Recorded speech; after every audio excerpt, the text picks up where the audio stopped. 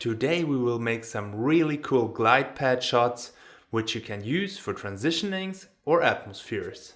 If you're interested in simple and effective Psytrance tutorials, then hit the subscribe button and the bell icon.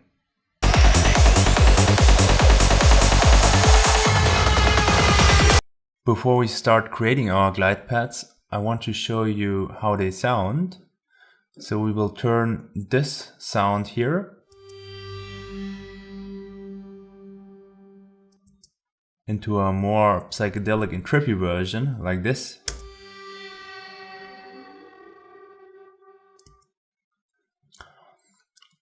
I got some more examples for you.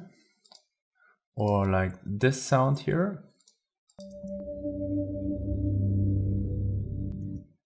Into this one. Or this pad here.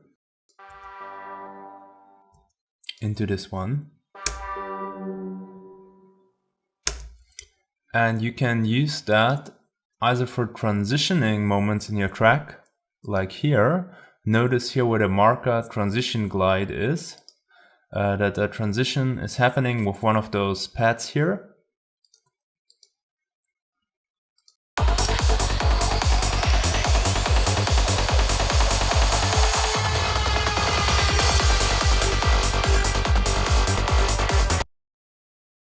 Or you can use them even in lead sections to give some atmosphere, like here, where I put the marker Atmo glide.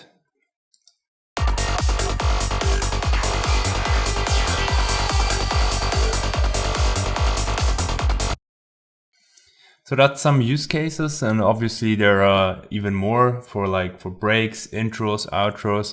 So those glide pads are really nice and you can use them in many places. So it's just your creativity which is limiting you here.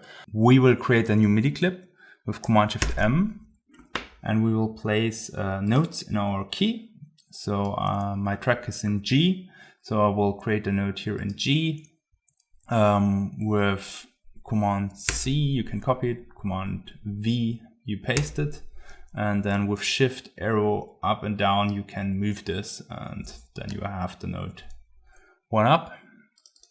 And basically what we're going to do is we want to overlap the notes, and it's, in my opinion, the best way if you overlap the first note with the second note and not the other way around. Because if you have any settings where both notes play, I will go later into that, then you get a better timing here because you're here on the point and not starting like here somewhere in between. And we will also check out how much we're gonna overlap them, but for now I think that's good. When I tried around before, I think G3 and G2 were nice octaves to glide into each other.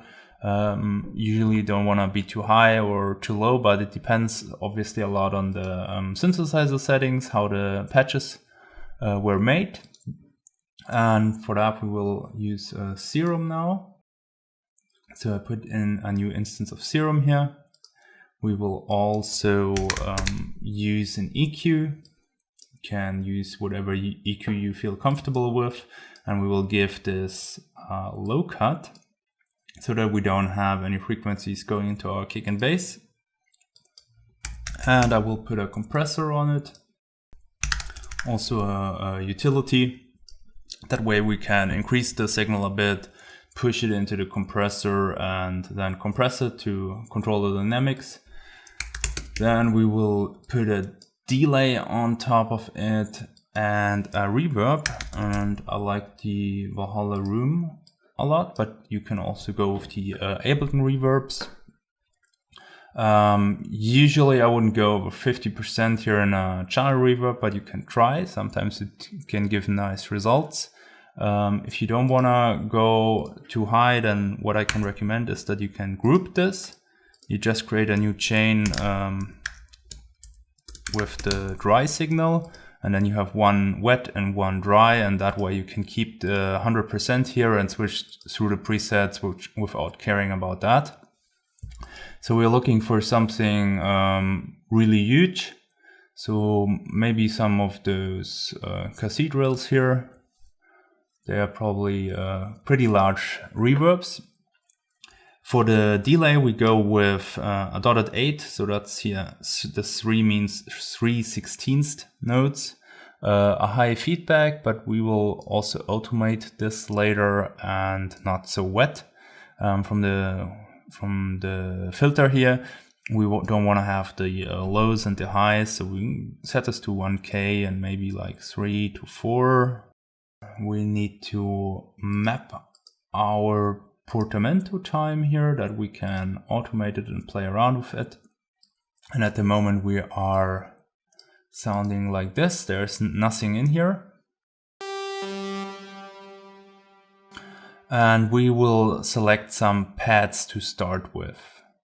So let's go with Hopeful, which hopefully will sound great. And it sounds like this when we didn't tweak anything.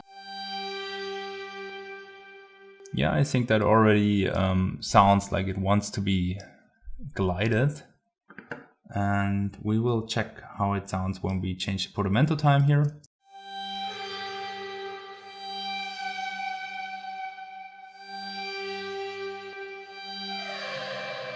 So you see already sometimes sound a bit weird.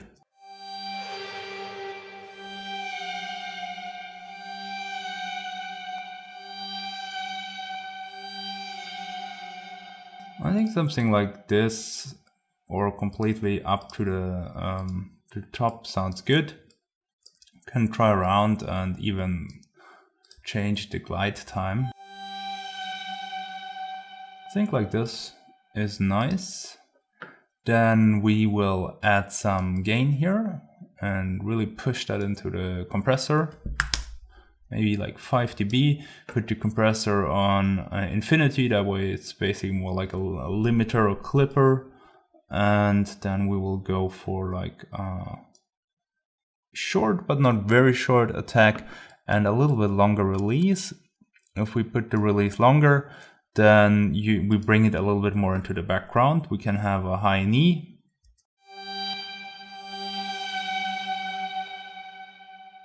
Let's listen to it with kick and bass.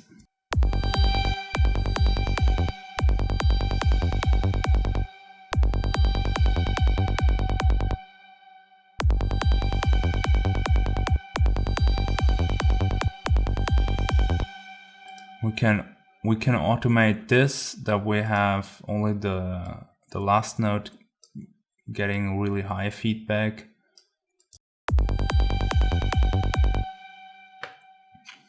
I keep it a little bit louder than I would mix it.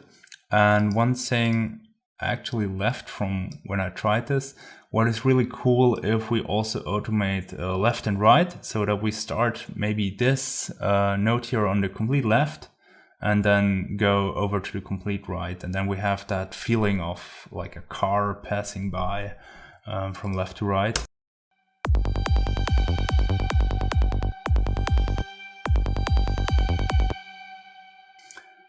I think something like this is a good setting for that. And now we can play a little bit around with the settings here. So we could, for example, try different filters.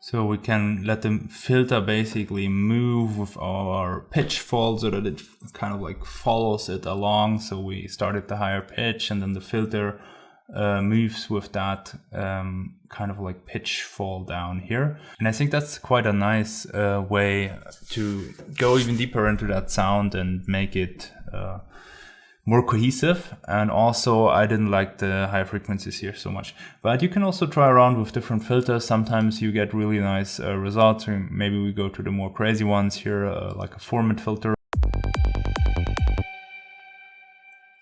but then maybe also more.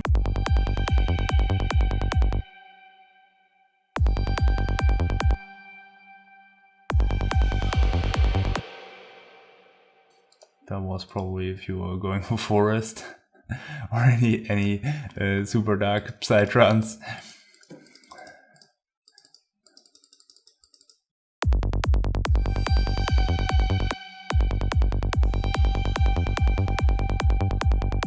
That one was also nice. I think you get the idea. So basically, it's a quite simple technique. You just start with some pad, then you crank up the portamento time and you choose like 2 notes. I would go with very simple notes, then you can't do so much wrong. I mean, obviously you could use notes which are in your scale. For example, you could also do a glide like this. But then you already notice it might be a little bit more tricky to let this sound really good. 2, 3, 4, 5, 6, 7. With a perfect fifth, it could maybe also work really good. But it already sounds a little bit more spoiled. I mean, if you want to go for that, it's nice, but I would take 2 root notes, then you're quite safe that it doesn't have this weird sound. And what else did we do? We compressed it a little bit. If you want to compress it, what you can also do is you check out the volume here. So without the compressor, it's -14.2, and if we switch compressor on, we basically compressed 2.5 dBs. You can also add those dBs here again. And one last thing, how I would mix this is I use span, as you already know, the ones who watch my tutorials. I would solo this. And as you can see on that sound, it's very thin, it's not so full. So on that sounds which have that really high, long peaks, I go a little bit louder, but not that loud. So I would end somewhere like here maybe. So minus 34 dBs.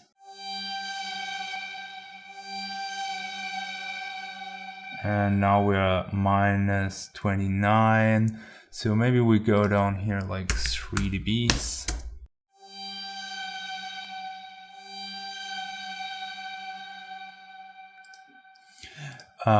Also, if you have frequencies in here which you don't like so much, you can locate them.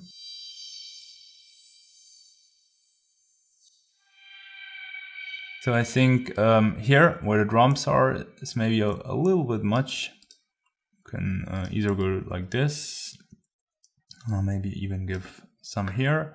And usually like 1 and 5K are frequencies which also a little bit annoying sometimes.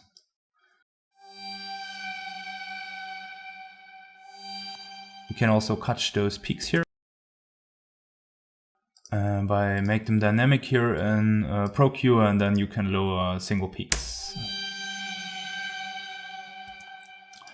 So something like this, but if you listen to it in context, I think it doesn't sound as sharp, and for a transition like I showed in the beginning, it's quite nice if it's also a little bit more noticeable, I think. I hope you enjoyed this video. If you like the bass line in this video, you find a tutorial up here how to create cool Psytrance bass lines for full on. And if you want to go even deeper than my YouTube videos, I create a masterclass. If you want to have a seat on a waiting list, I put a link in the description box below where you can pre-register.